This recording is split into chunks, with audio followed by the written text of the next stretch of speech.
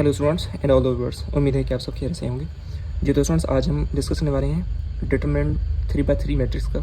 इसकी एक short trick होती है, ठीक है, वो ट्रिक मैं आप लोगों के साथ शेयर करूँगा, ठीक है। और इस डिटरमिनेंट अगर कोई भी 3x3 मैट्रिक्स हो तो उसका एक लॉन्ग मेथड होता है जो मैंने आप लोगों के साथ वीडियो लेक्चर में शेयर किया था, आप उसे भी अच्छे तरीके से देख सकते हैं। उसके बाद डिटरमिनेंट की कुछ प्रॉपर्टीज़ होती हैं, प्रॉपर्टीज़ के थ्रू भी हम डिटरमिनेंट फाइंड कर सकते हैं, ठीक है, कि मैट्रिक्स सिंगुलर है या नॉन सिंगुलर है, तो वो भी मैंने उस वीडियो लेक्चर में आप लोगों के साथ शेयर की थी, ठीक है। लेकिन ये जो ट्रिक मैं आप लोगों के साथ शेयर करने वाला हूँ, ये आप यूज़ कर सकते हैं चाहे मैट्रिक्स आपका सिंगुलर हो या नॉन सिंगुलर हो, दोनों के लिए आप अप्लाई कर सकते हैं, ठीक है।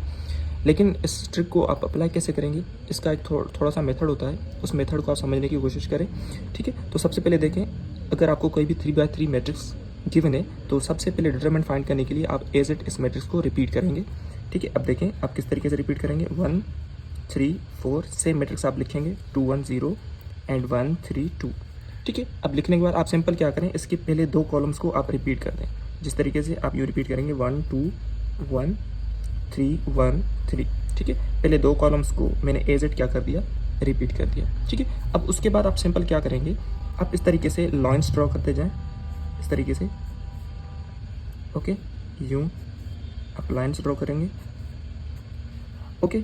अब इस तरीके से पहले आप यूँ राइट वर्ड करेंगे, इसके बाद यूँ आप लेफ्ट वर्ड इसकी लाइन्स ड्रॉ करेंगे इस तरीके से, ठीक है।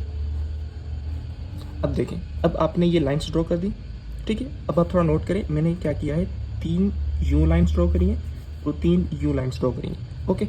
अब सिंपल देखें, अब इनके आगे आप पहले 3 नंबर्स पे प्लस साइन लगाएंगे, उसके बाद आप 3 नेगेटिव साइन लगाएंगे। आप कैसे लगाएंगे, यहाँ पे आप लगाएंगे प्लस साइन, यहाँ पे भी होगा प्लस साइन, यहाँ पे भी होगा प्लस साइन, फिर यहाँ होगा माइनस साइन, फिर यहाँ होगा माइनस साइन, फिर यहाँ होगा माइनस साइन, ठीक है। अब पहले आप जिन नंबर्स पे आपने प्लस साइन लगाई है उनको आप जिस तरीके से लाइन से उन तरीके से आप मल्टीप्लाई करेंगे, उसके बाद जिस नंबर्स पे आपने नेगेटिव साइन लगाई है फिर उनको आप मल्टीप्लाई करेंगे। अब आप कैसे करेंगे, थोड़ा यहाँ देखिए, अब ये देखें नंबर पॉजिटिव है तो जिस तरीके से ये लाइन्स जो हो रही हैं उस तरीके से आप इनको मल्टीप्लाई करते जाएं। तो 1 को 1 के साथ मल्टीप्लाई करेंगे तो 1 1 इंटू 2 आंसर 2 होगा, लेकिन पॉजिटिव है तो इसके लिए ये होगा पॉजिटिव 2। उसके बाद आप सिंपल देखें, ये भी नंबर पॉजिटिव है तो 3 0 0 0 इंटू 1, तो अगेन ये 0 हो जाएगा, लेकिन नंबर पॉजिटिव है तो इसके लिए ये भी पॉजिटिव 0 होगा, ओके। उसके बाद देखें, अब ये नंबर भी पॉजिटिव है, तो अब देखें 4 2 8 8 3 24 और 24 पॉजिटिव है तो ये आंसर होगा पॉजिटिव 24। अब देखें, अब आपने 3 पॉजिटिव ओपन कर दिए, अब आपको 3 नेगेटिव ओपन करनी है। अब आप कैसे करेंगे, अब सिंपल देखें, इस नंबर के ऊपर नेगेटिव साइन भी लगा हुआ है और ये लाइन्स यूँ जा रही हैं, तो आप इनको इस तरीके से मल्टीप्लाई करेंगे, कैसे, तो 4 1 4, फिर अगेन 4 1 4 होगा, तो ये अगेन माइनस का 4 हो जाएगा क्योंकि नेगेटिव साइन लगा हुआ है, ओके। उसके बाद अब देखें, ये भी नंबर नेगेटिव का है लेकिन ये लाइन्स यूँ जा रही हैं, तो आप इसे कैसे मल्टीप्लाई करेंगे, तो 1 इंटू 0 0, ठीक है। उसके बाद 0 इंटू 3 अगेन 0 हो जाएगा, तो ये माइनस का 0 होगा क्योंकि नेगेटिव साइन लगा हुआ है, ओके। उसके बाद आप लास्ट में क्या करेंगे, अब ये आप अगेन देखें, ये लाइन्स यूँ जा रही हैं लेकिन नंबर नेगेटिव है, तो 3 2 6 6 2 12 12 होगा, लेकिन ये होगा नेगेटिव का 12, ओके। उसके बाद आप सिंपल इसे क्या करें, थोड़ा सा सिंप्लीफाई करें।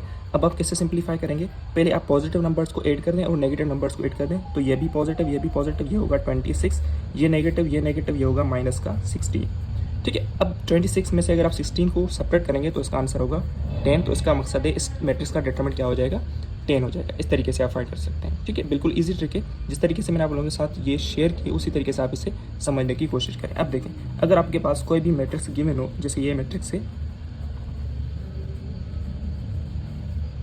ठीक है, यूँ देखें ये मैट्रिक्स की, अब आपको इसका डिटरमिनेंट निकालना है इसी ही मेथड के थ्रू, ठीक है। तो इसका आप डिटरमिनेंट निकाल के इसका आंसर आप मुझे बताइएगा कि इसका आंसर क्या होगा, ठीक है। अब नेक्स्ट लेक्चर में हम डिस्कस करेंगे 3x3 मैट्रिक्स अगर आपको गिवन हो तो उसका आप एडजॉइंट किस तरीके से फाइंड करते हैं, ओके। Thank you.